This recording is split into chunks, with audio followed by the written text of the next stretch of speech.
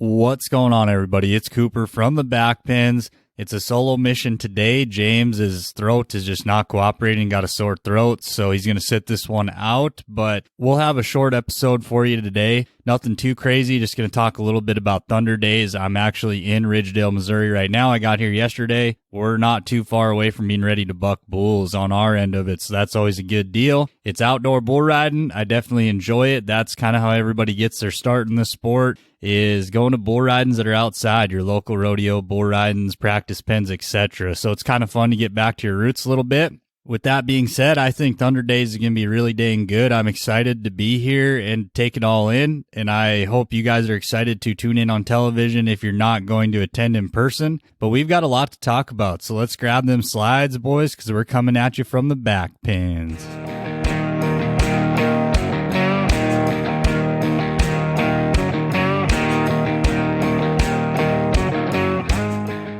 To kick things off, let's just touch a little bit on Freedom Fest that happened last weekend in Oklahoma City. The Oklahoma Freedom, the first team to win their home event, they move up to third in the standings. Big move for this franchise. They started slow, but they're coming on hot right now when it counts. We've only got 3 events till the finals. It's already that time of year, so not a lot of time to make up ground if you're on the outside looking in. If you're down towards the bottom, you're definitely going to have to go into Vegas and fight for everything you can get. So the higher in the standings you are, the better. And the Freedom right now, they're chasing a bye. So they were led by Derek Kolbaba, 3 for 3 last weekend with 3 walk-off victories. I mean, that's just incredible in any sport. To be able to convert in that pressure-filled situation that many times in a row, it shows you where he's at mentally. He's on fire right now. Chase Outlaw also went 2 for 4 on the weekend with the big highlight to cap off the show. 94.5 points on Whoopah in the bonus round. If I'm not mistaken, that's Chase's first time being on this bull with all the injuries he's had. He's kind of missed a lot of the time this bull's been on the scene, and I can tell you, he sure looked excited to have him. And in that situation, I don't have a problem with them putting Outlaw on Whoopah instead of Kolbaba. Chase wanted him, and when a guy tells you he wants a bull, you're going to have to give him the benefit of the doubt because he ain't going to tell you he wants one unless he really does, and Outlaw converts. One thing I want to say about that ride,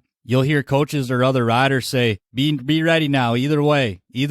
Well, Chase Outlaw lived up to that saying because Whoopah went both ways. Chase picked him up when he went back the other way, just finished him off. What a bull ride by Chase Outlaw. The Carolina Cowboys also had a good weekend at 2-1. They finished in second, and their train just keeps rolling. Cooper Davis has really brought the energy back to that squad. They're definitely going to be a tough out for anybody in this team series. But let's move on to Thunder Days. It's an outdoor venue. It'll be cool to be outside, like I mentioned at the top of the show. It's unique for these guys. They don't get a ton of opportunities to do that throughout the PBR season.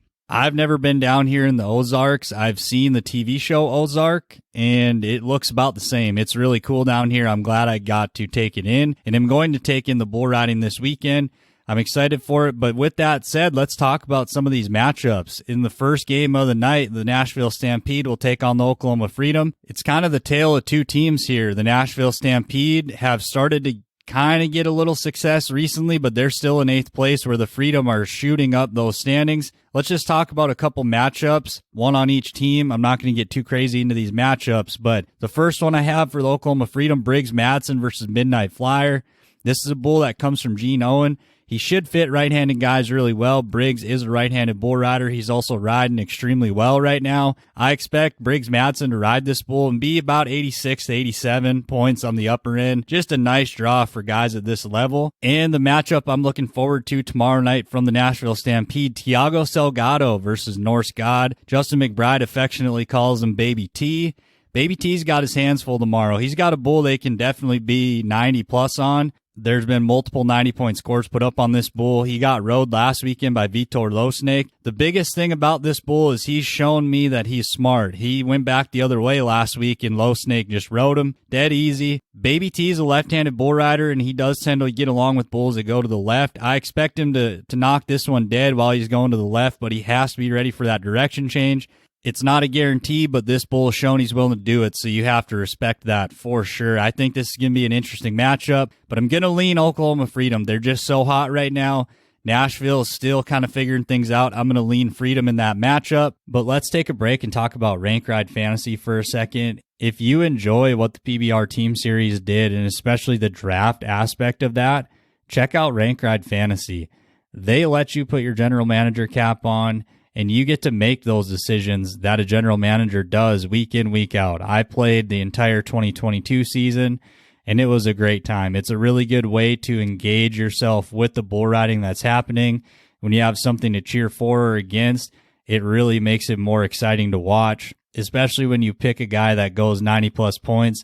There's not a better feeling in the world, and it's a really good opportunity to give you and your buddies the opportunity to give each other a hard time, compete against each other. Let's get some bragging rights going. I'm better than you are. I know more than you do. Now you can put it to the test, and bragging rights are always good when you're interacting with your best of friends. It's a really great time. I can promise you won't be disappointed. So check out Rank Ride Fantasy at www.rankridefantasy.com. And I will link their social medias in the description below. And also, I will list them at the end of this podcast. But let's get back to it.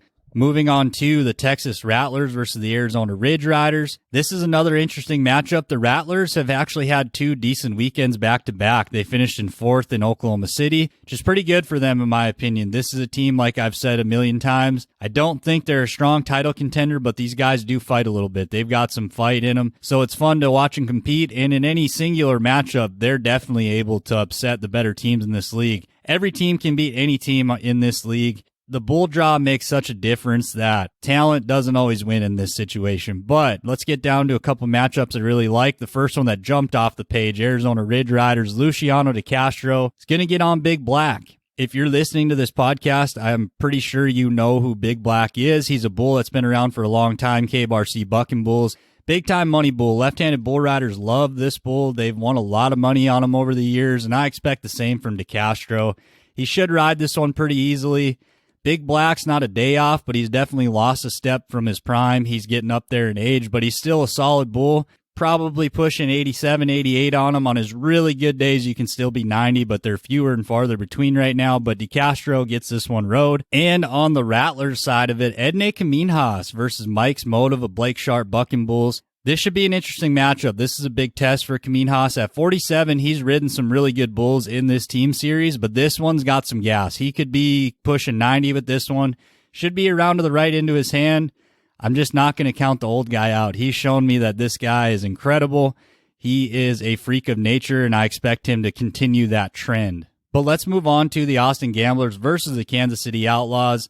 The Outlaws have grown on me over this team series. On paper, coming out of the draft, I didn't think they looked super great on paper, but I knew they were going to be gritty and tough. The emergence of Marcus Mass has done wonders for this franchise. Getting Kyler Oliver back has also helped, and they've got some gritty young guys that I really like. So I'm excited to watch them compete anytime they're competing because I know it's win at all costs. It doesn't matter what the cost is. They're there to win, and that's exciting to see as a fan. But the two matchups I'm looking forward to most in this game is Dalton Castle for the Kansas City Outlaws versus Lone Survivor, LJ Jenkins Bucking Bull. Left-handed bull riders should really like this one. Derek Kolbaba and Cody Jesus have had success in this team series on this bull. He's got some gas to the left, but he looks pretty nice for guys at this level. I expect Dalton Castle to ride this bull, and this is actually one of the nicer draws they've given him over the team series. If you track and look back at the bulls they've been putting Dalton Castle on, he's getting on the Dragons a lot of the times. This is one that he should be really excited to get on.